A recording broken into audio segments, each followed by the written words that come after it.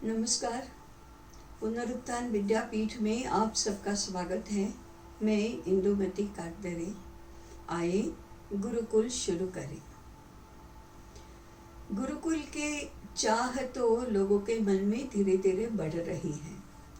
गुरुकुल शुरू भी किए जा रहे हैं, परंतु होता क्या है, उत्साह में गुरुकुल शुरू कर देते हैं तो अनुभव यह आता है कि गुरु ही नहीं है। गुरु नहीं है तो वह गुरुकुल नहीं हो सकता, यह स्पष्ट है। उत्साही संचालक होते हैं, वो गुरुओं की नियुक्ति करते हैं। जहाँ गुरु नियुक्त किए जाते हैं, जो गुरु नहीं है ऐसे व्यक्ति के द्वारा गुरु की नियुक्ति होती है, तो वह गुरु गुरुकुल चलाता नहीं है, उसे भी गुरुकुल तो नहीं कहते हैं। ऐसे गुरुकुलों में जब छात्रों की संख्या बढ़ती जाती है, और वह तो एकदम बढ़ती ही जाती है, तो फिर अन्य गुरुओं की प्राप्ति असंभव होती है।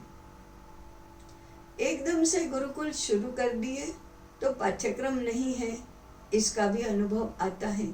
तो फिर सामान्य विद्यालयों में जो चलता है वही पाठ्यक्रम यहाँ भी चलने लगता है।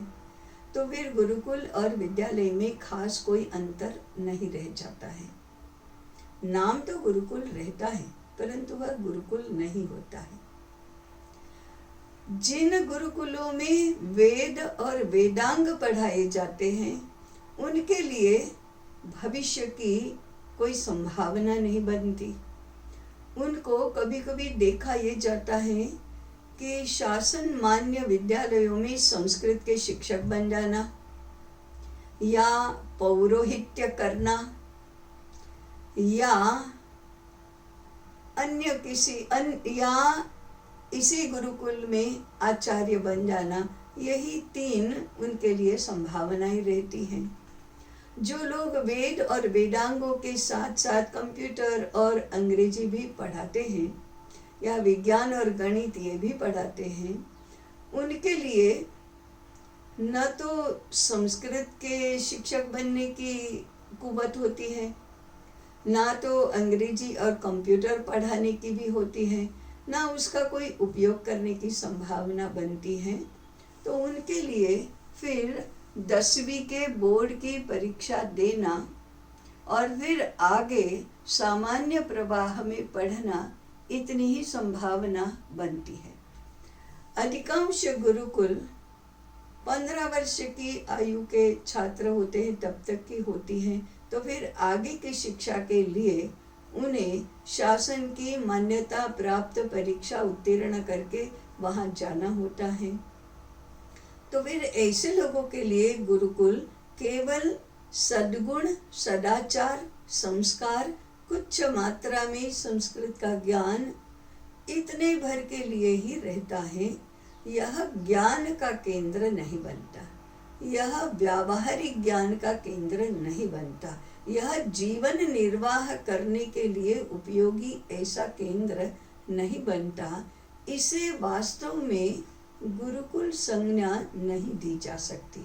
गुरुकुल तो एक ऐसा केंद्र है जहाँ से समाज को और शासन को संपूर्ण व्यवस्था कैसे चलेगी, व्यक्तिगत जीवन कैसे चलेगा और राष्ट्र जीवन की व्यवस्था कैसी होगी, उसका मार्गदर्शन मिलना चाहिए। ऐसी नई पीढ़ी तैयार होनी चाहिए गुरुकुल में कि जो समाज को भारतीय बनाए, शासन को भारतीय ज्ञान के आधार पर व्यवस्थाएं बनाने का मार्गदर्शन करे। ये छोटा मोटा केंद्र नहीं है, ये कुछ लोगों के लिए ही चलने वाला केंद्र नहीं है। ये केवल सद्गुण सदाचार सिखाने का केंद्र नहीं है, ये केवल वेद और वेदांगों को जिंदा रखने का केंद्र नहीं है। ये संपूर्ण समाज को, संपूर्ण शासन व्यवस्था को, व्यक्ति जीवन और राष्ट्र जीवन कैसे भारतीय बन जाए, ऐसा करने में मार्गदर्शन करने वाला केंद्र है।